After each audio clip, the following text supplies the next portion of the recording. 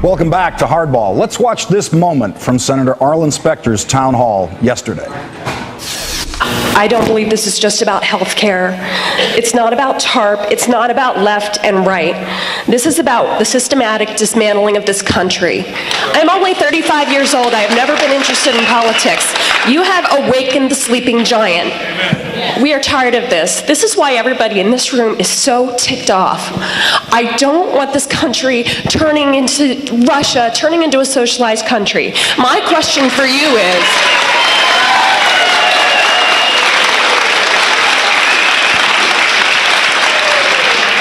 what are you going to do to restore this country back to what our founders created according to the Constitution?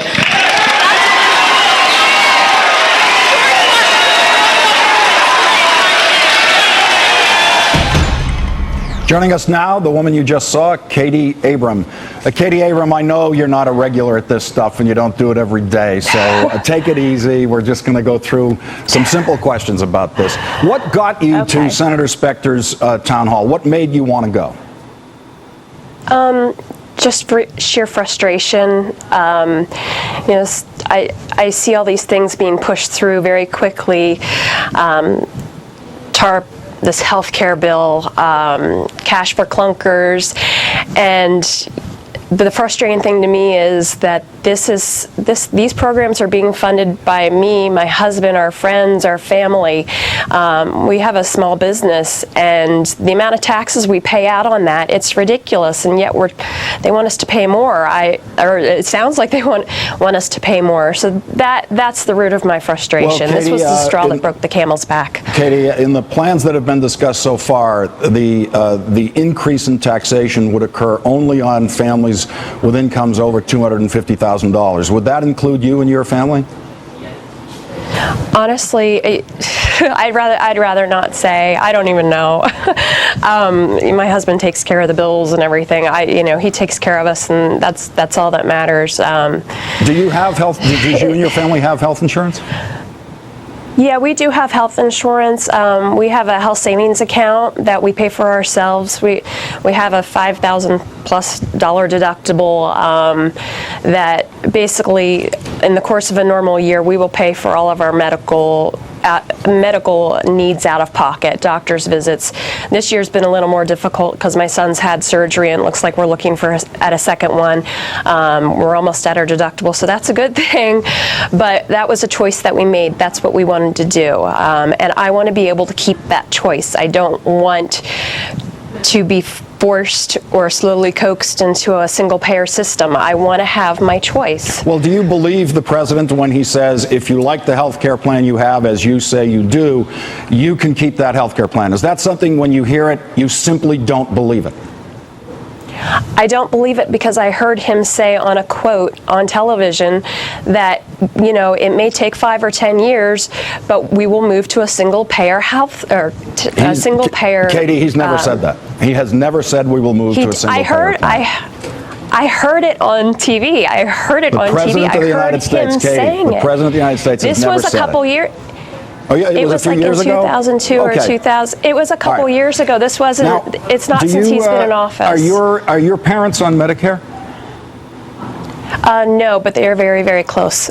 Okay. So when they cross the line into 65, are they going to not participate in Medicare? Would you tell them, please don't participate in Medicare because it's a single-payer, government-funded system? Have you had that conversation with them? No, we don't talk politics. Okay.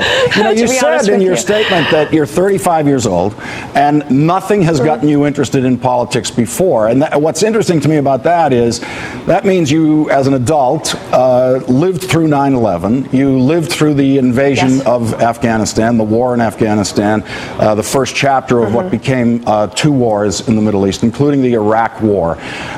You lived through all of that and were not, as you put it, awakened into an interest in politics. How could those things pass through your life like this and not spark any interest in politics prior to the Washington saying, we think we want to help out some people who can't afford health insurance the way you can? Why would this be the thing that wakes you up after you were willing to just ignore politics as we went past 9/11 into Afghanistan, into Iraq? Sure. Sure. I always seemed to have faith in the government, and honestly, I didn't really care. I had other things going on, getting married, having children.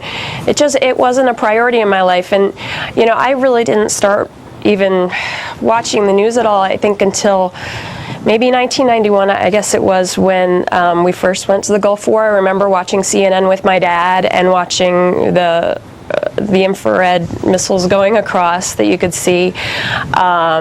And I think to me, maybe I'm just not that smart, but, it seems like we've kind of been at war since then. Or maybe even before, I don't know. It just always seems like we're having some kind of conflict. So that, whether about wars, I don't know, that just seems commonplace now. I think everybody's just so used to it. But you asked what has woken me up to why I've woken up to get to this point. Let me just go now to the question you actually put to Arlen Specter, which was, you said to him, what are you going to do to restore this country back to what our founders created according to the Constitution? Let's just go through a checklist of what you think that would require. I assume that would require repealing Medicare, because that's a single-payer, government-funded healthcare system, which is socialism. I agree with you, by the way, that is socialism. I think it's successful, practical, smart socialism, but it is definitely socialism. So you would want to repeal that, wouldn't you? I'd hate to have words put in my mouth. I honestly, well, the founding fathers did not anticipate Medicare, so we can repeal that, can't we? In order to get back to what you think the founding fathers would have us do. Yeah, I think a lot of the programs that are in place were not supposed to be. Then here. Let's repeal them, right? Wouldn't you then want to repeal them? Wouldn't you want Senator Specter to go in and repeal Medicare and repeal Social Security? Because that's actually a piece of socialism that we imported from Germany. Bismarck invented that program. So we should. That is also socialism. I agree with you on that. Again, I think it is smart, practical socialism, but it is socialism. So I guess you'd want us to repeal that. I'd hate to say yes or no. There are programs in place that, the founders did not want to have here. I know that there are people out there that can't afford health insurance, that can't afford a lot of different things. And, with the founders, they thought and hoped that the goodness of the people would allow the people to take care of those who were doing without. And I know that may seem naive in today's, world. We stayed at a friend's house last night who is, at the other end of the spectrum than what I am. And we've had political debates a million times over. And he thought, isn't it naive that, to think that way? People don't do that anymore. And I said, not everybody, but a lot of people that I know go on missions. They volunteer. Katie, I assume when you were having that debate in your friend's house, it was a civil debate and no punches were thrown and everybody had a perfectly decent disagreement, right? Yeah, pretty much. I wouldn't punch him. That's the way I think we can discuss this in this country. Katie Abram, thank you very much for doing this today. I know this is not what you do every day, and I appreciate you coming in. Okay, thank you.